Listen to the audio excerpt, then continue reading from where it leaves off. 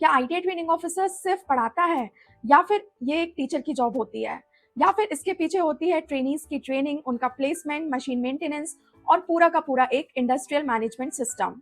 सो अगर आप भी एमपी आईटीआई ट्रेनिंग ऑफिसर का सपना देखते हैं तो आज की इस वीडियो में आपको क्लियर हो जाएगा कि एक्चुअली एक ट्रेनिंग ऑफिसर की रोल्स एंड रिस्पॉन्सिबिलिटीज क्या क्या होती हैं।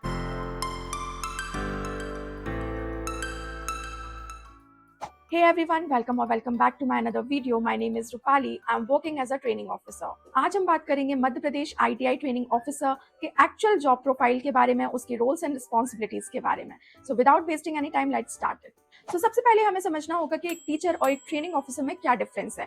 टीचर जो होता है वो एक जनरल एजुकेशन सिस्टम पे वर्क करता है और एक ट्रेनिंग ऑफिसर जो होता है वो वोकेशनल एजुकेशन सिस्टम पे वर्क करता है। अब ये जनरल एजुकेशन सिस्टम क्या है और वोकेशनल एजुकेशन सिस्टम क्या है। सो जनरल एजुकेशन सिस्टम में हम क्लासरूम बेस्ड लर्निंग की बात करते हैं और वोकेशनल एजुकेशन सिस्टम में हम प्रैक्टिकल नॉलेज की बात करते हैं, हम इंडस्ट्री बेस्ड नॉलेज की बात करते हैं। सो मेनली यही डिफरेंस होता है एक ट्रेनिंग ऑफिसर और एक टीचर में।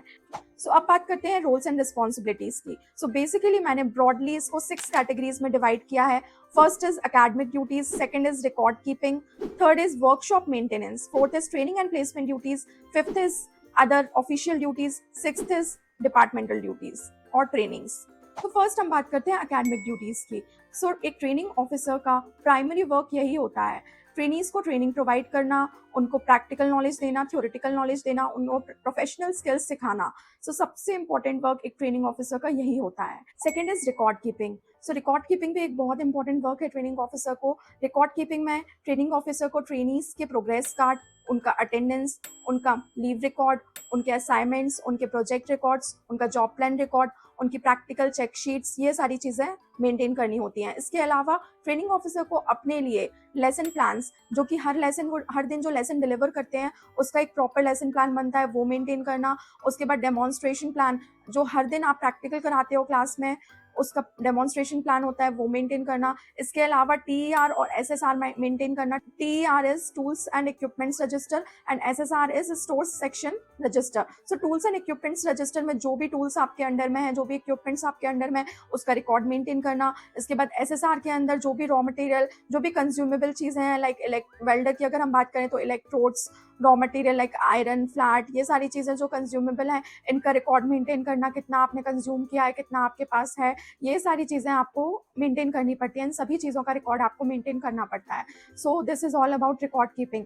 Third is workshop maintenance. So workshop maintenance में जितनी भी मशीन्स आपके अंडर में हैं उन सब का मेंटेनेंस, उनका रिपेयरिंग, उनको अपकीप करना, ये सारा ही काम भी आपको करना पड़ता है। Okay, it is training and placement. So जैसे कि मैंने पहले ही बताया कि एक ट्रेनिंग ऑफिसर का काम यहीं तक खत्म नहीं हो जाता कि सिर्फ ट्रेनिंग प्रोवाइड करती, उसका प्लेसमेंट कराना, उसको अप्रेंटिस के लिए तैयार करना, उसको ओजीटी ऑन जॉब ट्रेनिंग पे भेजना, ये सारे रोल्स रिस्पॉन्सिबिलिटीज भी एक ट्रेनिंग ऑफिसर की ही होती हैं। हम बात करें तो फिफ्थ इज ऑफिशियल ड्यूटीज। अब ऑफिशियल ड्यूटीज तो आप सभी जानते ही होंगे, जैसे अभी सेंसस चल रहा है तो सेंसस में ड्यूटीज लगना, देन इलेक्शंस होते हैं तो इलेक्शंस में ड्यूटी लग जाना। सो ये छोटे छोटे काम आते ही रहते हैं, हर साल, हर 2-3 साल में ऐसे कुछ ना कुछ, कहीं ना कहीं ऑफिशियल ड्यूटी लग ही जाती है। इसके अलावा सिक्स्थ इज डिपार्टमेंटल ट्रेनिंग्स। तो जैसे कि मैं आपको दिखाती रहती हूँ, मेरी बहुत सारी ट्रेनिंग्स होती रहती हैं। अभी रिसेंटली मैंने 2 ट्रेनिंग्स अटेंड की हैं, एक जीवन तरंग की और एक ईएस एम्प्लॉयबिलिटी स्किल्स की। सो ये छोटी छोटी ट्रेनिंग्स हमारी 2 दिन की, 3 दिन की, 1 हफ्ते की होती रहती हैं। सो जो हमारा रेगुलर वर्क चलता है उसके अलावा भी ये ट्रेनिंग्स हमें अटेंड करनी होती हैं, एंड इनमें अपना एक्टिव पार्टिसिपेशन दिखाना होता है। सो ये ट्रेनिंग्स भी एक हमारे जॉब रोल का हिस्सा है। सो ये सारे मैंने ब्रॉडली क्लासिफाई किए थे एक ट्रेनिंग ऑफिसर की roles and responsibilities. So I hope अब आपको क्लियर हो गया होगा कि एक ट्रेनिंग ऑफिसर क्या क्या करता है और एक टीचर और एक ट्रेनिंग ऑफिसर में क्या डिफरेंस होता है। सो आई होप आपको ये वीडियो अच्छी लगी होगी और कहीं ना कहीं एक क्लैरिटी मिली होगी कि एमपी आईटीआई ट्रेनिंग ऑफिसर क्या करता है। अगर इसी तरीके की वीडियोज आपको और भी चाहिए हैं फ्यूचर में, सो प्लीज़ इस वीडियो को लाइक करें, सब्सक्राइब करें। Until then keep learning, keep growing.